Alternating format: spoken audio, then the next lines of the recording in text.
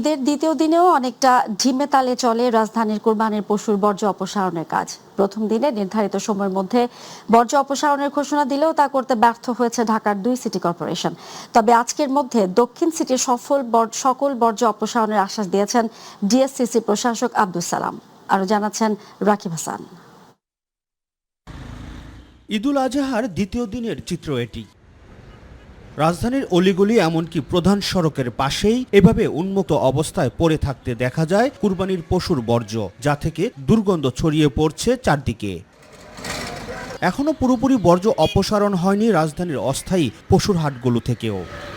সকাল 11টার দিকে বর্জ্য অপসারণের কাজ পরিদর্শনে আসেন দক্ষিণ সিটির প্রশাসক আব্দুস সালাম।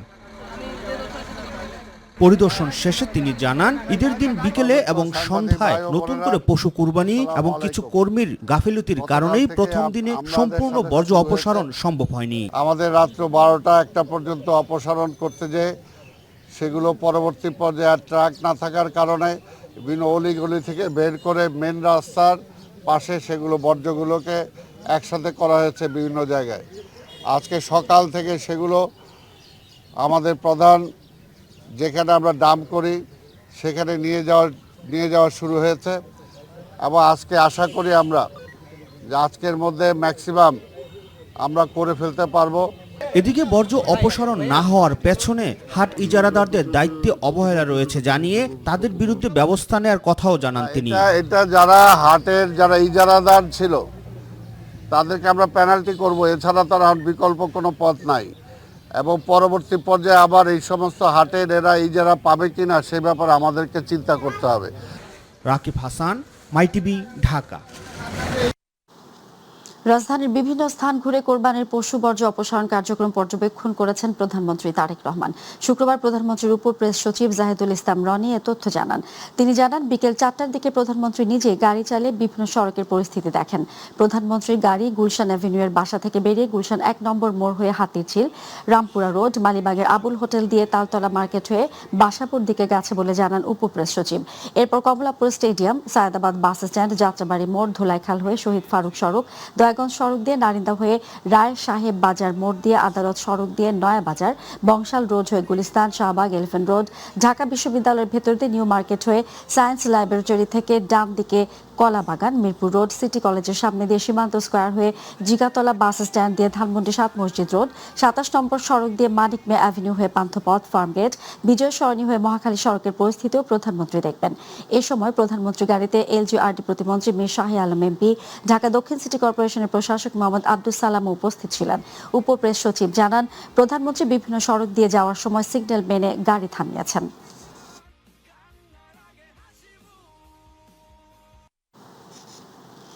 কোরবানির পশুর বর্জ্য অপসারণ ও পূর্বের জমে থাকা ময়লা রাস্তায় পড়ে থাকায় ঢাকা উত্তর ও দক্ষিণ সিটি কর্পোরেশনের 2 আঞ্চলিক নির্বাহী কর্মকর্তাকে বরখাস্ত করে তাৎক্ষণিকভাবে জনপ্রশাসন মন্ত্রণালয়ের ন্যস্ত করার নির্দেশ দিয়েছেন প্রধানমন্ত্রী তারেক রহমান।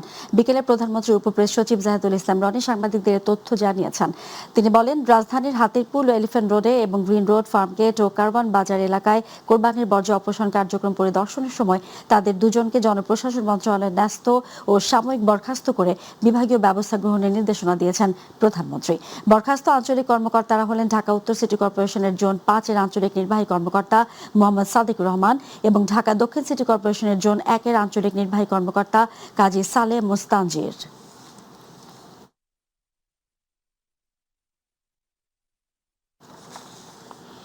পবিত্র ঈদুল আজহার দ্বিতীয় দিনে অসংখ্য গৃহপালিত পশু কোরবানি দেওয়া হয়েছে রাজধানীতে। ইসলাম ধর্মের নীতি অনুযায়ী মহান রবকে খুশি করার জন্য গরু, মহিষের পাশাপাশি ছাগল, ভেড়াও কোরবানি দিয়েছেন অনেকে আবার কসাই সংকট থাকায় দ্বিতীয় দিনে কোরবানি সম্পন্ন করেছেন। ইউসুফ আলীর রিপোর্ট। প্রায় ১৫০০ বছর আগে জাতির পিতা হজরত ইব্রাহিম আলাইহিসসালাম ও তার পুত্র হজরত ইসমাইল আলাইহিসসালাম কুরবানির যে ইতিহাস সৃষ্টি করে গেছেন সেই ধারাবাহিকতা রক্ষা করে পবিত্র ঈদুল আজহার দ্বিতীয় দিনে অসংখ্য পশু কুরবানি দেয়া হয় রাজধানীতে। ইসলাম ধর্মের রীতিনীতি ছাড়াও পারিপার্শ্বিক নানা কারণে ঈদের দ্বিতীয় দিনে কোরবানি করেন অনেকে।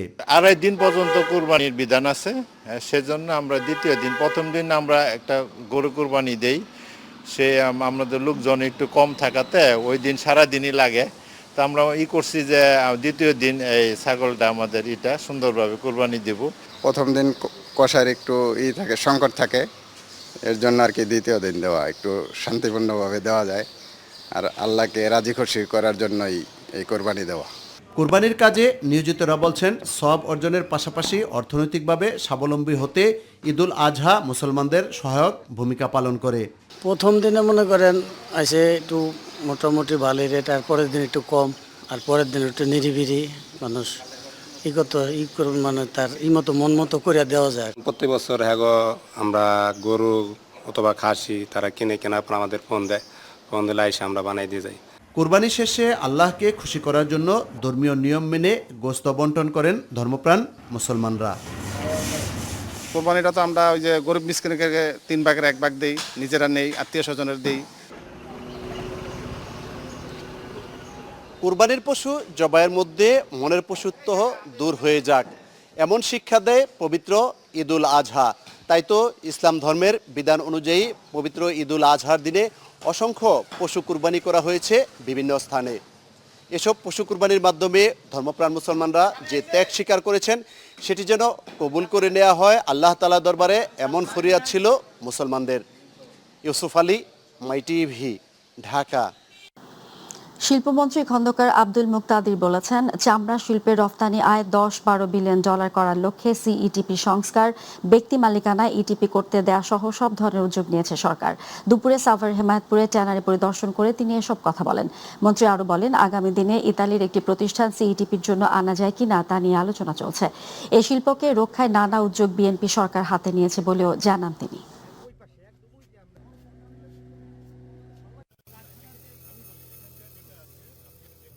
হাজারীবাগ থেকে এখানে স্থানান্তরের সময় যে সমস্ত প্রতিষ্ঠান ঝরে গিয়েছে এবং পরবর্তীতে অচল অথবা নিম্নমাত্রায় সচল থাকার কারণে বিপুল পরিমাণ দায় দেনার সম্মুখীন হয়েছে এবং লোকসানি প্রতিষ্ঠানে পরিণত হয়েছে, সেইগুলিকে কি উপায়ে আবার লাভজনক প্রতিষ্ঠানে পরিণত করা যায়।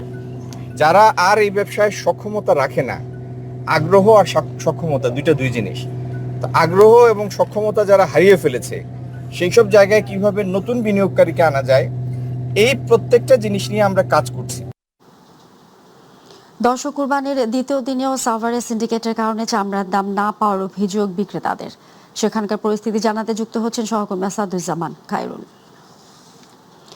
খায়রুল। আজকের চামড়া সংগ্রহ, সংরক্ষণ ও দামের পরিস্থিতি আপনি কেমন দেখছেন সেখানে, আমাদেরকে জানাবেন।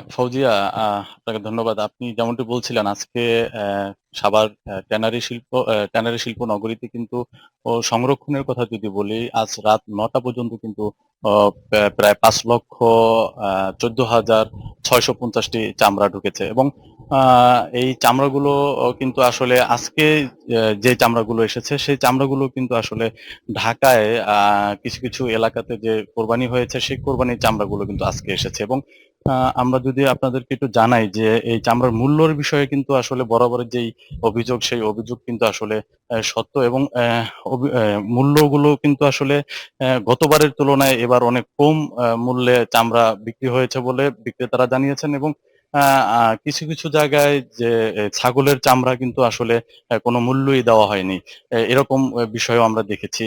আমরা যদি একটু বলি যে আমরা মালিক পক্ষের সাথে বলেছি, তারা কিন্তু বলেছে যে এই যে চামড়া কম পাওয়ার কারণ হচ্ছে একমাত্র চায়নার যে বাজার, সেই বাজারটি একমাত্র খোলা আছে বাংলাদেশের জন্য। এছাড়া যেই ইউরোপীয় যে কান্ট্রি গুলো আছে সেই সব জায়গায় কিন্তু বাংলাদেশ থেকে চামড়া রপ্তানি হয় না। এর কারণ হিসেবে যেটি বলা হচ্ছে, এলডব্লিউজি সনদ কিন্তু বাংলাদেশ পায়নি এবং এই যে সনদ পায়নি, সেই সনদ না পাওয়ার কারণে কিন্তু আসলে এই ইউরোপের যে দেশগুলো সেই দেশগুলোতে কিন্তু আমাদের এই বাংলাদেশ থেকে চামড়া রপ্তানি হচ্ছে না।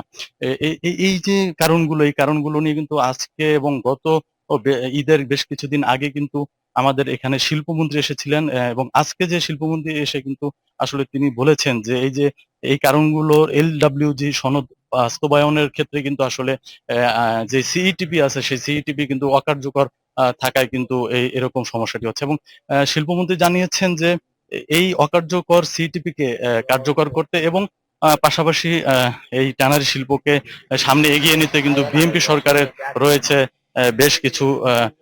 বেশ কিছু উদ্যোগ, এবং এই উদ্যোগগুলো কিন্তু জানানো হয়েছে, যদিও তারপরেও কিন্তু আসলে কতটুকু বাস্তবায়ন হবে সে সংখ্যা কিন্তু করছেন যারা চামড়া বিক্রেতা আছে, মৌসুমী চামড়া বিক্রেতারা।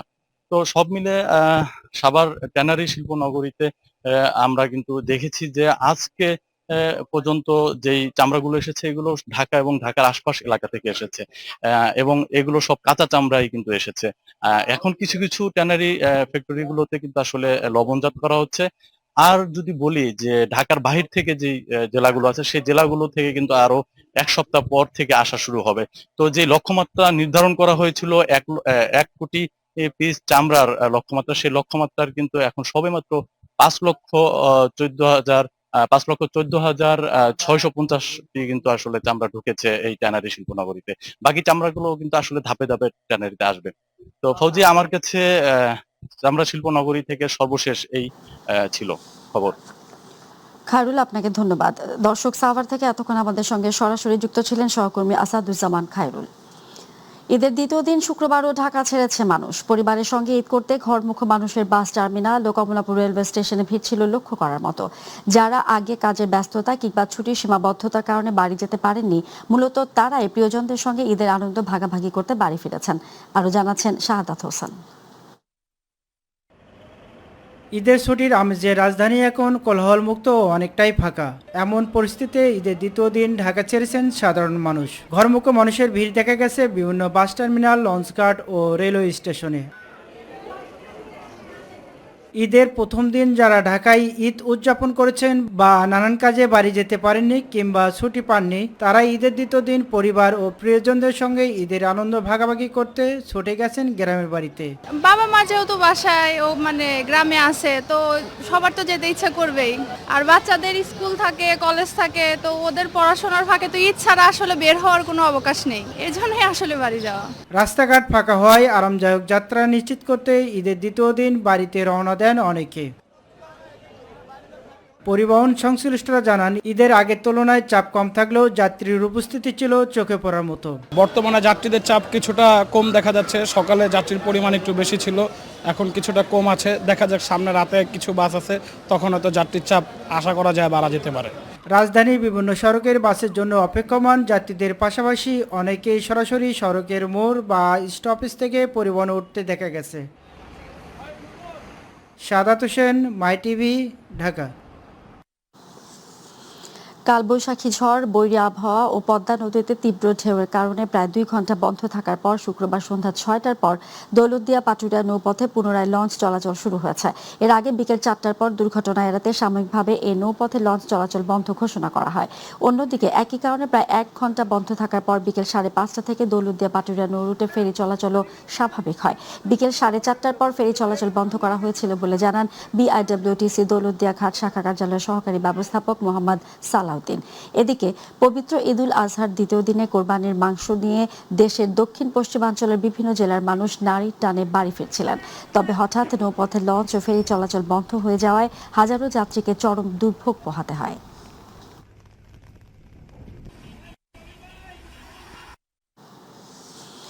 বিএনপি মহাসচিব ও স্থানীয় সরকার, পল্লী উন্নয়ন ও সমবায় মন্ত্রী মির্জা ফখরুল ইসলাম আলমগীর বলেছেন, জুলাইয়ের ছাত্র জনতার গণ অভ্যুত্থানের পর দেশে নতুন একটি সুযোগ সৃষ্টি হয়েছে এবং বাংলাদেশ গণতন্ত্রের পথে হাঁটতে শুরু করেছে।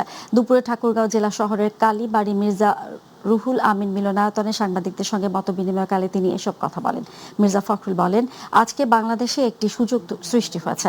জুলাইয়ের অভ্যুত্থান ও ছাত্র জনতার গণ অভ্যুত্থানের পর দেশ গণতন্ত্রের পথে হাঁটতে শুরু করেছে। একটি নির্বাচন হয়েছে, জনগণ অংশগ্রহণ করেছে। এর আগে একটি রিফর্ম কমিশন গঠন করা হয়েছিল এবং সেই কমিশনে গণভোটও হয়েছে। তিনি বলেন, এ সরকার একটি ধ্বংসস্তূপের মধ্যে দায়িত্ব নিয়েছে। ব্যাংকগুলো খালি করে দেওয়া হয়েছে। আওয়ামী লীগ ও তাদের মন্ত্রীরা 80 লাখ কোটি টাকা লুট করেছে। আমাদের আবার শূন্য থেকে শুরু করতে হয়েছে। আগামী দিনগুলোতে উন্নয়ন কার্যক্রম চালিয়ে নিতে সবার সহযোগিতা কামনা করেন তিনি। সেই নির্বাচনে জনগণ পার্টিসিপেট করেছে। তার আগে আপনার একটা রিফর্ম কমিশন হয়েছে, সেই রিফর্ম কমিশনের গণভোট হয়েছে। এগুলো নিয়ে সব কাজ হচ্ছে। এখন এর মধ্যে হয়তো মতামত এক হচ্ছে না, কিন্তু ঘটনাগুলো কিন্তু ঘটেছে। দ্যাট ইজ দ্য বেনিফিট জাতির জন্য, সেটা একটু পজিটিভ। সরকার ভুল করলে সমালোচনা করার পক্ষে, তবে কখনোই চক্রান্তের নীল নকশা মেনে নেওয়া হবে না বলে মন্তব্য করেছেন বিএনপির জ্যেষ্ঠ যুগ্ম মহাসচিব রুহুল কবির রিজভী। শুক্রবার নয়াপল্টনে বিএনপির কেন্দ্রীয় কার্যালয়ে আয়োজিত এক সাংবাদিক সম্মেলনে তিনি এসব কথা বলেন। প্রয়াত রাষ্ট্রপতি জিয়াউর রহমানের শাহাদাত বার্ষিকী আয়োজনের প্রস্তুতি এবং দলের পক্ষ থেকে নেওয়া বিভিন্ন সভা সমাবেশ নিয়ে এই সাংবাদিক সম্মেলনের আয়োজন করা হয়। রিজভী বলেন, বিএনপি প্রতিষ্ঠাতা ও সাবেক রাষ্ট্রপতি জিয়াউর রহমানের শাহাদাত বার্ষিকী উপলক্ষে আগামীকাল বেলা 11টায় জিয়াউর রহমানের সমাধিতে প্রধানমন্ত্রী তারেক রহমানের নেতৃত্বে শ্রদ্ধা নিবেদন করবে দলটি। এরপর ঢাকা মহানগর উত্তর ও দক্ষিণের বেশ কয়েকটি স্থানে বস্ত্র ও খাদ্য বিতরণ কর্মসূচিতে যোগ দেবেন প্রধানমন্ত্রী। পরে বিকেলে নয়াপল্টনে কেন্দ্রীয় কার্যালয়ের সামনে একই কর্মসূচিতে যোগ দেবেন প্রধানমন্ত্রী। এই উপলক্ষে ইতিমধ্যেই পোস্টার প্রকাশ করা হয়েছে এবং বিভিন্ন অঙ্গ সহযোগী সংগঠনগুলো তারা পোস্টার করবেন, আলোচনা সভা করবেন। অলরেডি অনেকেই আলোচনা সভার তারিখ দিয়ে গেছেন এবং যে সমস্ত পেশাজীবী সংগঠন আছেন তারাও কর্মসূচি গ্রহণ করেছেন। সংগঠনগুলোর মধ্যে কেউ চিত্র প্রদর্শনী করবেন, কেউ তার জীবন আলোক্য তুলে ধরে তারাও চিত্র প্রদর্শনী করবেন এবং এইভাবে সারা দেশে কর্মসূচি পালন করা হবে। মাদকের বিরুদ্ধে জিরো টলারেন্স ঘোষণা করেছেন আইনমন্ত্রী মোহাম্মদ আসাদুজ্জামান। তিনি বলেন, মাদকের সাথে যদি দলীয় কেউ জড়িত থাকে তাকেও গ্রেফতার করা হবে। সকালে ঝিনাইদহে এক অনুষ্ঠানে তিনি একথা বলেন। একটি বাসযোগ্য বাংলাদেশ গড়ে তুলতে সন্তানদের প্রতি দৃষ্টি রাখতে অভিভাবকদের প্রতি আহ্বান জানান আইনমন্ত্রী। মাদক এবং মৌলবাদ এই সোসাইটিকে যাতে গ্রাস করতে না পারে, সন্ত্রাস দুর্নীতি যাতে এই সোসাইটিকে গ্রাস করতে না পারে, সে বিষয়ে আমি আপনাদেরকে আমার স্বপ্নের সারথি হিসেবে চেয়েছি। রাজধানীর মগবাজারের আদ্দিন মেডিকেল কলেজ হাসপাতালে একই ওয়ার্ডে 6 নবজাতকের মৃত্যুর ঘটনায় হাসপাতাল কর্তৃপক্ষের গুরুতর গাফিলতি পাওয়া গেছে বলে জানিয়েছেন স্বাস্থ্য অধিদপ্তরের অতিরিক্ত মহাপরিচালক ডক্টর জাহিদ রায়হান। সকালে তিনি গণমাধ্যমকে কথা জানান। ডক্টর জাহিদ রায়হান বলেছেন, তদন্তে পোস্ট অপারেটিভ ওয়ার্ডের অবকাঠামোগত ত্রুটি সহ নানা অনিয়ম ধরা পড়েছে। 6 নবজাতকের মৃত্যুর ঘটনায় করা সরকারের উচ্চ পর্যায়ের তদন্ত কমিটির প্রতিবেদন শনিবার জমা দেওয়া হবে।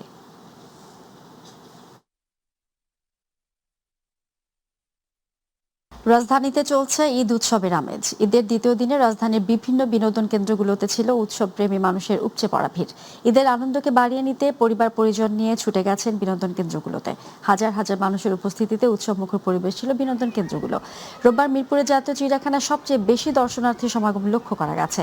এছাড়াও জিয়া উদ্যান, রমনা পার্ক, লালবাগ কেল্লা, ধানমন্ডি লেক, সোহরাওয়ার্দী উদ্যান, সংসদ ভবন, বোটানিক্যাল গার্ডেন, অন্যান্য বিনোদন কেন্দ্র উৎসবের উচ্ছ্বাসে মানুষের উপস্থিতি ছিল তুঙ্গে। এদিকে রাজধানীর অন্যতম বিনোদন কেন্দ্র হাতিরঝিল, সেখানে দুপুরের পর থেকে লোক সমাগম বাড়তে থাকে। ঈদে ঘুরতে আসতে সবাইরে ভালো লাগে। আসলে ঈদ মানেই আনন্দ, সবার জন্য সেটা। ঈদের পরে এই পরের দিন ঘোরাঘুরি খুবই ভালো লাগতেছে। কালকে স্টকেটে গিয়েছিলাম, বাবুল্যান্ডে গিয়েছিলাম। কোরবানির পশুর হাটে ভাইরাল হওয়ায় সেই গোলাপি রঙের বিরল আলবিনো মহিষ ডোনাল্ড ট্রাম্প এখন রাজধানীর চিড়িয়াখানায়। মাথা ভর্তি ঢেউ খেলানো সোনালী চুল আর ভিন্নধর্মী গড়নের কারণে সামাজিক যোগাযোগ মাধ্যমে ব্যাপক আলোচনায় আসে মহিষটি। অবশেষে ঈদুল আজহার কোরবানি থেকে রক্ষা পেয়ে সরকারি ব্যবস্থাপনায় এটিকে আনা হয় চিড়িয়াখানায়। আর সেই মহিষটিকে এক নজর দেখতে এখন ভিড় করছেন নানা বয়সী মানুষ। দর্শক এই বিষয়ে আরো জানাচ্ছেন জাহিদ আহমেদ বাবু। রাজধানীর মিরপুর চিড়িয়াখানার এই অংশটিতে এখন দর্শনার্থীদের সবচেয়ে বেশি ভিড়, কারণ এখানেই রাখা হয়েছে ভাইরাল হওয়া সেই বিরল আলবিনো মহিষ ডোনাল্ড ট্রাম্পকে। কারণ কোরবানির পশু হিসাবে আলোচনা জন্ম দেওয়া বিরল আলবিনো মহিষটি এখন রাজধানী চিড়িয়াখানায়। সাদা গোলাপি শরীর, মাথায় সোনালি ঢেউ খেলানো চুল আর বিশাল আকৃতির কারণে প্রথম দেখাতেই সবার নজর কাড়ছে মহিষটি। চিড়িয়াখানা আসছে, চিড়িয়াখানা নতুন ব্রান্ডরাম নাকি চলে আসছে, এটা আমরা ইউটিউবে দেখছিলাম, এই জন্য আসছি আমরা দেখার জন্য সবাই মিলে। সবাই যেরকম দেখতে আসছে আমরাও সেরকম মানে ওকে দেখার জন্যই আসছে। অনেকে মোবাইলে ছবি তুলছেন, কেউ ভিডিও করছেন, আবার কেউ বিস্ময় নিয়ে দেখছেন ব্যতিক্রমী এই প্রাণীটিকে। আমার এই ফার্স্ট টাইম আসা এই জায়গায়, সো আমি মূলত ডোনাল্ড ট্রাম্পকে দেখতে আসছি। নতুন প্রাণী বলতে শুনলাম যে ডোনাল্ড ট্রাম্প ঢুকছে, তো ভাবলাম যে একেও দেখি, আর আগে তো বাঘ ভাল্লুক দেখতাম। দর্শনার্থীরা বলছেন ভিন্নধর্মী এই মহিষটি এবারের ঈদ আনন্দে যেন বাড়তি মাত্রা যোগ করেছে। এটা একটা বিরল প্রজাতির প্রাণী। ওনাকে বাংলাদেশ সরকারের সিদ্ধান্ত নিয়েছে যে মানে চিড়িয়াখানায় রাখা হবে, দর্শনার্থীরা আসবে, দেখবে, বিনোদন নেবে। সব মিলিয়ে একটি নাম আর ভিন্ন গড়নের কারণেই বিরল এই মহিষটি এখনো রাজধানীর মানুষের কাছে ঈদের অন্যতম আকর্ষণে পরিণত হয়েছে। কুরবানি উপলক্ষে আসলে আমরা যখন জানতে পারি যে ডোনাল্ড ট্রাম্প নামে একটা মহিষ আছে, তো এটা আমরা দেখা সেইভাবে সৌভাগ্য হয় নাই। তো আমরা আশায় ছিলাম যে হয়তোবা দেখতে পারবো। যখন জানতে পারি যে সরকারের হস্তক্ষেপে এটা আসলে কুরবানি হয় নাই, চিড়িয়াখানায় আসছে, এই হিসাবে আমরা ফ্যামিলি সহ এখানে দেখতে আসছি। চিড়িয়াখানায় গত কয়েকদিন ধরেই এই বিরল মহিষটি এখন হয়ে উঠেছে জন আলোচনার অন্যতম কেন্দ্র। আর তাই ভিন্ন ধরন আর বিদেশি এক রাষ্ট্রনায়কের নাম অনুকরণে এই চিড়িয়াখানায় আসছে শত শত দর্শনার্থী, যা ঈদের আনন্দকে বাড়তি হিসাবে যোগ হয়েছে। জাহিদ আহমেদ বাবু, মাই টিভি, ঢাকা। বদলে যেতে শুরু করেছে রাজধানী ঢাকা সড়কের যানবাহন নিয়ন্ত্রণের চিত্র। এআই নির্ভর ট্রাফিক নিয়ন্ত্রণ ব্যবস্থা চালু হয় ইতিবাচক পরিবর্তনের এ ধারা শুরু হয়েছে। ফাঁকা রাজধানীতে যানবাহন না থাকলেও সক্রিয় সিগন্যাল মেনে দাঁড়িয়ে পড়ছে যানবাহন। যদিও জরিমানার ভয় না থাকায় ব্যবস্থার কেয়ার করছেন না ব্যাটারি চালিত রিকশা, মূল সড়কে দাবড়ে বেড়াচ্ছে এ সকল যান। মাহবুব সৈকতের রিপোর্ট। রাজধানী ঢাকা, ঈদুল আজহার দ্বিতীয় দিনের চিত্র। ফাঁকা নগরীতে যানবাহনের চাপমুক্ত সড়ক। এটি বিজয়নগর সিগন্যাল। স্বয়ংক্রিয় নিয়ন্ত্রণ বাতি জ্বলে ওঠার সাথে সাথেই থেমে যাচ্ছে সব গাড়ি। পথচারীরাও জেব্রা ক্রসিং দিয়ে পার হচ্ছেন রাস্তা। আগে যেখানে যানবাহন নিয়ন্ত্রণে গলদঘর্ম হতে হতো পুলিশকে, এখন সেই অবস্থা পাল্টেছে রাজধানীর বেশ কিছু সড়কে। এআই নিয়ন্ত্রিত সিগন্যাল লাইট আর ট্রাফিক আইন অমান্যকারী যানবাহনের বিরুদ্ধে স্বয়ংক্রিয়ভাবে মামলা চালু হওয়ায় ইতিবাচক এই পরিবর্তন শুরু হয়েছে। আজকে আমি 6টার সময় দেখছি যে মানুষ আইন মানতেছে, এই ভয়। সিগন্যালগুলোতে ট্রাফিক পুলিশ থাকলেও অনেকটা স্বস্তি তাদের মধ্যেও। আমাদের কিছুটা সহজ হয়েছে, এআই যে মামলাটা চালু হয়েছে, সবাই একটু ভীত সন্ত্রস্ত। কেউ যদি ভুলে ক্রস করে চলে আসে, সে আবার নিজ দায়িত্বে পিছনে চলে যাচ্ছে। কারওয়ান বাজার সার্ক ফোয়ারার মোড়েও এসেছে পরিবর্তন।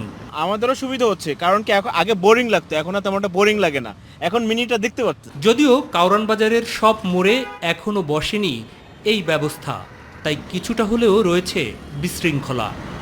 বাংলা মোটর সহ নগরীর যেখানে যেখানে যানবাহন নিয়ন্ত্রণে এই ব্যবস্থা কার্যকর করা হয়েছে, সেসব মোড়ে ইতিবাচক এই পরিবর্তনের সুফল পাচ্ছে নগরবাসী। তবে ইতিবাচক এসব পরিবর্তনে একমাত্র পথের কাঁটা ব্যাটারি চালিত অটোরিকশা বা যান। অতিরিক্ত গতি নিয়ে দাবড়ে বেড়াচ্ছে নগরীর সবগুলো সড়ক। আমাদের জরিমানা নাই তো, এই জন্য সিগন্যাল অমান্য করে। নগরবাসী বলছেন, সড়কের শৃঙ্খলা ফেরাতে যে কোনো ধরনের যৌক্তিক পদক্ষেপের পক্ষে সবাই। মাহবুব সৈকত, মাই টিভি, ঢাকা। ঈদকে ঘিরে ঢাকা কেন্দ্রীয় কারাগার কেরানীগঞ্জে বন্দীদের জন্য ছিল বিশেষ আয়োজন। দীর্ঘদিন পর স্বজনদের সঙ্গে সাক্ষাৎ, ফোনে কথা বলার সুযোগ আর বিশেষ খাবারের আয়োজন পেয়ে কিছুটা হলেও ঈদের আনন্দ ভাগাভাগি করেছেন বন্দীরা। প্রতিনিধি শামসুল ইসলাম সনেটের তথ্যচিত্রে আতিকুর রহমান তিতাস আছেন বিস্তারিত রিপোর্টে। পবিত্র ঈদ উল আজহার দিনে কারাবন্দীদের স্বজনদের মাঝেও ছিল আবেগ আর অপেক্ষা। দীর্ঘদিন পর প্রিয়জনের সঙ্গে দেখা করার সুযোগ পেয়ে কেরানীগঞ্জে ঢাকা কেন্দ্রীয় কারাগারে ভিড় করেন পরিবার ও স্বজনরা। ঈদ উপলক্ষে বিশেষ ব্যবস্থায় বন্দীদের স্বজনদের সঙ্গে সাক্ষাৎ ও ফোনে কথা বলার সুযোগ দেয় কারা কর্তৃপক্ষ। এতে কিছুটা হলেও স্বস্তি ফিরেছে বন্দী ও তাদের পরিবারের মাঝে। ঈদকে ঘিরে বন্দীদের জন্য ছিল বিশেষ খাবারের ব্যবস্থা। সকালে পায়েস মুড়ি, দুপুরে পোলাও, গরু বা খাসির মাংস, মুরগির রোস্ট ও মিষ্টান্ন পরিবেশন করা হয়। অনুষ্ঠিত হয়েছে ঈদের জামাত ও পরে সাংস্কৃতিক অনুষ্ঠানও। বন্দীদের শিশু সন্তানদের জন্য রাখা হয় ফ্রি জুস কর্নার, চিপস ও চকলেট। এছাড়া ঈদের দ্বিতীয় ও তৃতীয় দিন প্রীতি ফুটবল ও ক্রিকেট ম্যাচ আয়োজনের পরিকল্পনাও রয়েছে। আমরা সর্বদা রাষ্ট্রের দায়িত্বে নিয়োজিত আছি। আমাদের কারা মোহাম্মদের সঙ্গে মাননীয় আইজি স্যারের দিক নির্দেশনায় আমরা আমাদের দায়িত্বে নিয়োজিত। আমরা অনেকেই আছি যারা আমরা এখানে বন্দীদের সঙ্গে, এখানে যে স্টাফরা আছে তাদের সঙ্গে, যারা স্যার, সুপার স্যার সবাই আছেন, স্টেশনে আছেন, তাদের সঙ্গে আমরা এই করতেছি স্যার। তারপরে অনেক ভালো লাগতেছে। কারাবন্দীরা বলছেন পরিবার ছাড়া কারাগারে ঈদের আনন্দ পূর্ণতা পায় না। তারপরেও বিশেষ আয়োজন কিছুটা হলেও এনে দিয়েছে স্বস্তি। সকালে কারাপক্ষের পক্ষ থেকে স্পেশাল কিছু খাবারের আয়োজন করা হয়েছে। দর্শক কাটতেছে বাইরে বাসের লোক আমরা ভালো আছি ইনশাল্লাহ। যা আমি মনে করছিলাম তা না, আমি তো মনে করছিলাম যে কারাগার তো কারাগারই, এখন দেখলাম যে কারাগার আসলে মানে একটা সুন্দর পরিবেশ, মানে বাড়িতে থেকে যেইভাবে আমি ঈদ করতে পারতাম মোটামুটি ওইভাবেই, খালি আমার মানে মানে বউ বাচ্চা কাছে নেই আর কি, মা বাপ কাছে নাই। এদিকে ঈদের দিনও কারামুক্ত হয়েছেন অনেকে। দীর্ঘদিন পর মুক্ত বাতাসে ফিরে পরিবার ও স্বজনদের সঙ্গে ঈদের আনন্দ ভাগাভাগি করতে পেরে উচ্ছ্বাস প্রকাশ করেন তারা। আতিকুর রহমান তিতাস, মাই টিভি। ঈদের টানা ছুটিতে পর্যটকদের পদচারণায় মুখর হয়ে উঠেছে দেশের অন্যতম 2 সমুদ্র সৈকত কক্সবাজার ও কুয়াকাটা। সমুদ্র স্নান, বালিয়াবাড়িতে হাঁটাহাঁটি আর পরিবার নিয়ে আনন্দে মেতে উঠেছেন ভ্রমণ পিপাসুরা। অন্যদিকে পর্যটকদের নিরাপত্তায় মাঠে রয়েছে আইনশৃঙ্খলা বাহিনী। প্রতিনিধি শাহ আলম ও সাইফুল ইসলাম রয়েলের তথ্যচিত্রে রাকিব হাসানের রিপোর্ট। ঈদুল আজহার ছুটিতে যেন নতুন প্রাণ ফিরে পেয়েছে পর্যটক নগরী কক্সবাজার। সকাল থেকে লাবণী, সুগন্ধা ও কলাতলী সৈকতে দেখা যায় হাজারো পর্যটকের ভিড়। কেউ নেমেছেন সমুদ্র স্নানে, কেউ আবার পরিবার পরিজন নিয়ে ঘুরে বেড়াচ্ছেন বালুকা বেলায়। স্মরণীয় মুহূর্ত ক্যামেরাবন্দি করতে ব্যস্ত সময় পার করছেন অনেকে। পর্যটকদের ঈদ আনন্দ বাড়িয়ে দিতে তারকামানের হোটেলগুলোতেও চলছে বিশেষ আয়োজন। ঈদ উপলক্ষে কক্সবাজার আমরা এখানে আসছি পরিবারের সাথে, মানে অনেক আনন্দ করতেছি। ঈদের ছুটিতে ঢাকা থেকে আর কি, ঢাকার কোলাহল থেকে মুক্ত হতে আর কি একটু সাগর পাড়ে আসা। এর আগে আরো একবার আসছিলাম, এই নিয়ে দ্বিতীয়বার। পর্যটকদের নিরাপত্তা নিশ্চিতে কক্সবাজার সমুদ্র সৈকতের বিভিন্ন পয়েন্টে কয়েক স্তরের নিরাপত্তা বলয় গড়ে তুলেছেন টুরিস্ট পুলিশ। পাশাপাশি ইনানি, হিমছড়ি ও পাটুয়ারটেক এলাকায়ও বাড়ানো হয়েছে নজরদারি। ঈদুল আজহা উপলক্ষে টুরিস্ট পুলিশ কক্সবাজার রিজিয়নের পক্ষ থেকে বাড়তি নিরাপত্তা গ্রহণ করা হয়েছে। সব জায়গায় আমাদের যেসব স্পটে আমাদের পর্যটকদের আনাগোনা ঘটে অতিরিক্ত পুলিশ মোতায়েন রয়েছে, সাদা পোশাকধারী পুলিশ মোতায়েন রয়েছে, যাতে কোনো ধরনের অপ্রীতিকর ঘটনা ঘটলে আমরা সাথে সাথে ব্যবস্থা নিতে পারি। অন্যদিকে ঈদের দ্বিতীয় দিন থেকে সরগরম হয়ে উঠেছে কুয়াকাটার বেলাভূমিও। সকাল থেকেই সৈকতের বিভিন্ন স্থানে দেখা যায় পর্যটকদের উপচে পড়া ভিড়। ছোট বড় ঢেউয়ের সঙ্গে আনন্দে মেতে ওঠেন ভ্রমণ পিয়াসুরা। ঈদুল আজহা এখানে এসেছি, অনেক আনন্দ লাগছে। আসলে মানে পরিবেশটা খুবই ভালো লাগতেছে। সমুদ্রের যে গর্জন, এটা তো সবারই প্রিয়, আমাদেরও অনেক ভালো লাগতেছে। শিশুরা ব্যস্ত বালু খেলায়, আর তরুণদের কেউ কেউ বালিতে গর্ত খুঁড়ে শরীর শীতল করার খেলায় মেতেছেন। প্রিয়জনের হাত ধরে সৈকতের এক প্রান্ত থেকে অন্য প্রান্তে ঘুরে বেড়াতেও দেখা যায় অনেককে। আমাদের কাছে কুয়াকাটা অনেক ভালো লেগেছে। আসলে আনন্দ করতে জানলে প্রত্যেকটা জায়গায় সুন্দর। আনন্দ, উচ্ছ্বাস আর উৎসবের আমেজে দেশের এই 2 সমুদ্র সৈকতেই এখন বইছে ঈদের বাড়তি উন্মাদনা। রাকিব হাসান, মাই টিভি।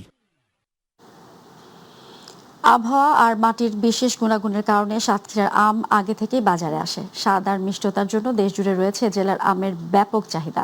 তবে সেই সুযোগকে কাজে লাগিয়ে পরিবহনের নামে অতিরিক্ত টাকা আদায়ের অভিযোগ উঠেছে বিভিন্ন কুরিয়ার সার্ভিসের বিরুদ্ধে। প্রতিনিধি ফজলুল হক বাবুর তথ্যচিত্রে রিপোর্টটি করেছেন তামান্না সাদিকা। স্বাদ আর মিষ্টতার জন্য দেশজুড়ে সাতক্ষীরার আমের ব্যাপক চাহিদা। তবে সেই সুযোগকে কাজে লাগিয়ে পরিবহনের নামে অতিরিক্ত টাকা আদায়ের অভিযোগ উঠছে বিভিন্ন কুরিয়ার সার্ভিসের বিরুদ্ধে। অভিযোগ রয়েছে নির্ধারিত বুকিং চার্জের বাইরে প্রতিটি কার্টনে বাধ্যতামূলকভাবে কিনতে হচ্ছে প্লাস্টিকের বস্তা। বাজারে 15 থেকে 20 টাকা সেই বস্তার দাম রাখা হচ্ছে 50 টাকা পর্যন্ত। এর সঙ্গে যোগ হচ্ছে লেখা, প্যাকেটিং ও কর্মচারীদের বকশিশ। যে এখান থেকে স্থানান্তর করবো সেটা আমাদের খুব জর্জরিতার মধ্যে আছে। কুরিয়ার সার্ভিসের ভাড়াটা একটু কম থাকতো তাহলে আমাদের যে সাতক্ষীরা যে আমের জন্য বিখ্যাত, ওই আমগুলো আরো বেশি আমদানি রপ্তানি বেশি হতো।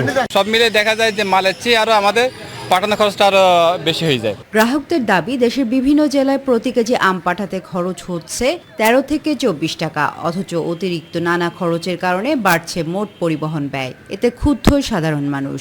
কুরিয়ার সার্ভিসগুলো ইচ্ছে খুশি মতো নিতে পারছে, এগুলো বন্ধ করার জন্য জেলা প্রশাসনকে অবশ্যই উদ্যোগী হতে হবে। সুন্দরভাবে একটা সেবা দেওয়া, এটা জেলা প্রশাসনের নৈতিক দায়িত্ব। এখানে জেলা প্রশাসনের কোনো দৃষ্টি নাই, কেউ মানে কিছুই নাই। হ্যাঁ, it is a matter of great regret and nothing does not can for anything. ব্যবসায়ীরাও বলছেন, অতিরিক্ত পরিবহন খরচের কারণে সাতক্ষীরার আম থেকে মুখ ফিরিয়ে নিচ্ছে অনেক ক্রেতা। এতে ক্ষতির মুখে পড়ছেন তারা। কুরিয়ার সার্ভিসগুলা তাদের ইচ্ছা মতো এরা ভাড়া নেয় না, এইভাবেও তারা বলে গেলে যান না গেলে যেন না। কুরিয়ার সার্ভিসগুলোর এই বাড়তি ভাড়া আদায়ে প্রশাসনের কার্যকর কোনো তদারকি নেই বলে অভিযোগ স্থানীয়দের। এ বিষয়ে প্রশ্ন করা হলে সাংবাদিকদের সঙ্গে অসৌজন্যমূলক আচরণ করেন জেলা প্রশাসক কাউসার আজিজ। তিনি বলেন, কুরিয়ার সার্ভিস নিয়ন্ত্রণ জেলা প্রশাসনের কাজ নয়। তবে স্বস্তির খবর হলো, সাতক্ষীরার আমের বাণিজ্যিক গুরুত্ব বিবেচনায় কম খরচে আম পরিবহনে বিশেষ ব্যবস্থা চালু করছে ডাক বিভাগ। স্পিডপোস্টের মাধ্যমে মৌসুমী যে ফল, বিশেষ করে আম, লিচু, এগুলো বাংলাদেশের বিভিন্ন প্রান্তে আমরা পৌঁছে দিচ্ছি। এক্ষেত্রে আমাদের চার্জটাও খুবই কম, প্রথম কেজি 10 টাকা, পরবর্তী প্রতি কেজির জন্য 5 টাকা হারে প্রযোজ্য হবে। তামান্না সাদিকা, মাই টিভি।